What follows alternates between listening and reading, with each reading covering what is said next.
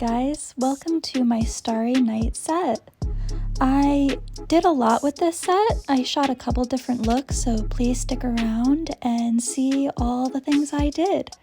And do subscribe to Amma Does It to see all the other behind the scenes sets and paper mache and all the art stuff I do. And of course, Banjo the dog, there he is. So with this set, I start off by laying my paper mache moon mask down on the ground, and I pour all my hand cut stars that I made, and there's 6 and 7 point stars, and I did not have these in my star inventory, so I had to hand draw them and cut them out one by one. And usually what I do is I watch a movie or make it a double feature and just cut my stars while I view something interesting and inspiring. So here I am, I'm just laying them around, kind of scattering them about, trying to find, where they look best, flinging them throughout the set. And I love these stars. I think these stars are actually my favorite. The shapes of them are so interesting and fun to me. So after I laid them all out, I cut a couple more because it didn't fill the set like I wanted it to. It always feels like so many stars, and then when you start scattering them, you're like, oh shit, I need more. So I made more, and here I am taping every single one of them down because I'm going to be flailing about this set and I want them to be stuck. And of course, I can't help but to play hopscotch because I am a kid and I've not lost my inner child, so I do like to play.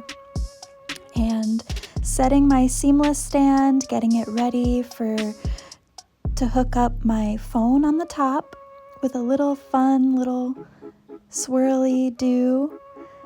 I am in the middle of making silent films, and I'm always constantly looking for really cool effects. So, what looks like I found one. And I really fell in love with this because they will be trippy and there will be a sense of dreamlike surrealism. So this one I would play it around with. It's probably 7 o'clock in the morning and the first idea of the morning sparked and I ran with it. And look how fucking cool that looks. It's so dope. I can't wait to use that in a silent. And this too, look at this perspective. So cool. I'm a fan, and I can't wait to also use that perspective. Now my hands kind of flowing around. The stars do spin if you touch them, which I really liked. That's another effect I'm trying to figure out for my silent films, is for them to be stuck but also be able to spin if I need them to. And I feel like I'm getting ready here, putting my phone up so I can take all the photos. And I love this set. A Starry Night just happens to be my favorite. I love it. These clamps, especially at 7 o'clock in the morning when you've not really drank your coffee and gotten your strength, I need 2 hands to open them up. They're so hard to clamp without 2 hands if you're not in your strongest point of the day. So I'm excited. Here I am in my pajamas, just slinging about, trying to learn the set, what I can do and utilize the space. And I think I got it down. Now, I have this Tom Waits tote bag that's filled with old lingerie that I've collected that I've actually never really worn. So I found this little nightie in that tote bag and I pulled it out. Of course, it was super wrinkly. It's been in there for like a decade. And look how cute this is. It's so cute. It's a little short, which I'm not a fan of for this, especially rolling around, but I made it work. I worked around it. I tried to not bring attention to that, and I just kind of slung around. So here I go. I just am working the space.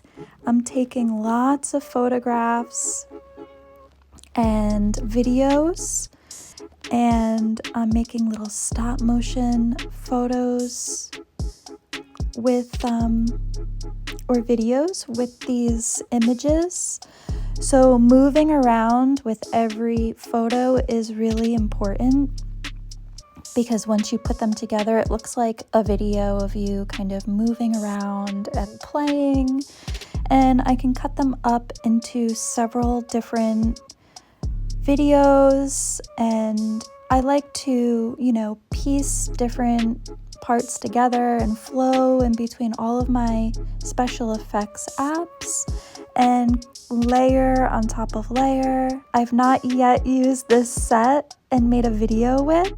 I have a lot of footage to work with and play with, and eventually I'll make that stop motion video and I'll put it up here once I'm finished with it and talk about my process. But for now, this is just behind the scenes of this photo shoot, and it's me in a starry night floating around, loving the moon, getting into different costumes, using some paper masks. So we'll get into that, but enjoy this for right now, and I'll pop back in when I bring in some of my paper mache masks.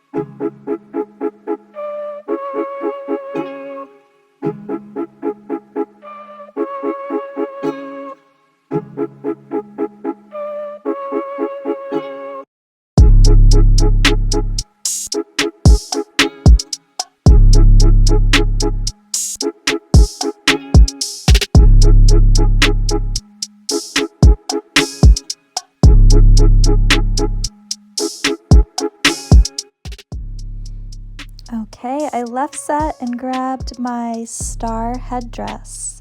I made this star headdress for an event, a dinner party that had a masquerade, and there was musicians and singers and all types of instruments and a play that went on, and it was a real cool experiential event. And I made some headdresses and masks for the talent walking around the party to bring in some characters. So that's what that was for.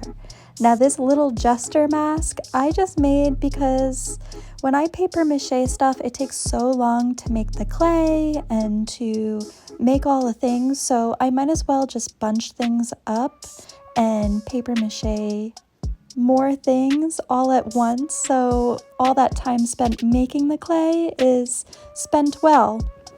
So I always wanted a little simple jester mask, and I made one. It's so cute. It goes right onto your nose like a pair of glasses, and then it just sits there. It's the best. All right, now we're in time for a costume change. I'm going to do something different with that set, and I'll need a different costume to use for that. So I ironed another piece of lingerie I pulled out of that Tom Waits tote bag. And this is actually one of my favorites. I forgot about it. I used to wear it to bed in the summertime. And now that I remember it's here, of course it's now winter time, but hey, I'm gonna try to pull it out next summer and sleep in it. It's so cozy and comfy, and I love it so much. And I thought it would be a really good tightrope costume. I am huge in love with the circus. The circus is one of my main points of inspiration.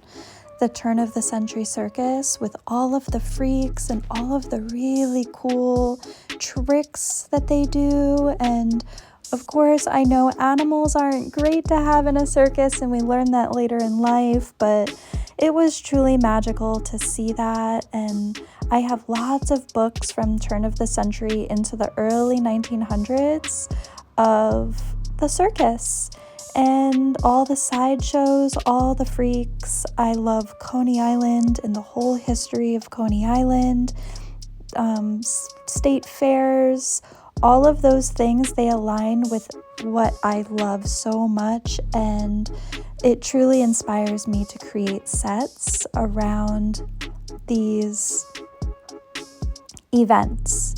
I also am an illustrator, and I have so many illustrations that have been inspired by the circus, and there's one I did of a tightrope lady that is tightroping with a bear, and she's holding an umbrella and everything, so I kind of became my illustration. And that's what's been kind of inspiring me lately, is going through old drawings and being like, wow, let's make that come to life in a set. And also my silent films, and going through all these coffee books that I have of all these old times and inspirations. It's really bringing me somewhere. So here I am tightroping. It was so much fun. It was actually really, really hard. Thank goodness I was doing a lot of crunches at this point, but this really hurt my body. I don't know if it's looking elegant to you guys, but my body hurt for an entire week after this set because I am laying on the floor and I'm using my strength against the floor. I had bruises. It was just really painful to do this, but I'm so happy that I just stuck with it because I like the way it looks and it's inspiring me to do other things. And all right, that was that for that set. And off to the next. Now, I have these incredible hand pillows, and this was a gift for myself. I forget why, but it was in need of a gift to cheer me up, and I bought this hand pillow. I've been trying to get it for a year. I set an alarm for this artist's drop, and within the first 5 minutes of him dropping this on his website, I bought it right up, and I'm so glad I did. I've been utilizing it in a couple sets, and I certainly plan to do more with it. This one was so fun. Look how this came out. It's so cool. I'm just floating in space on a little hand, laying in hands. Banjo joins me. He's laying in space now. Look how fucking dope. I love this one. This one is so cool. I'm so happy I pulled it in. And that was the last of it. I am now turning my living room back after each set. You know, it takes up my living space and I need to break it down so I can live again. I take out my coffee table, so that all goes back. I piece the entire living room back to its living quarters, and it's not easy, right? But if I didn't do this, then I wouldn't be making art. This is what I have right now. I don't have an art studio. Of course, I want one, but anyhow, here are some stills. Enjoy the photographs.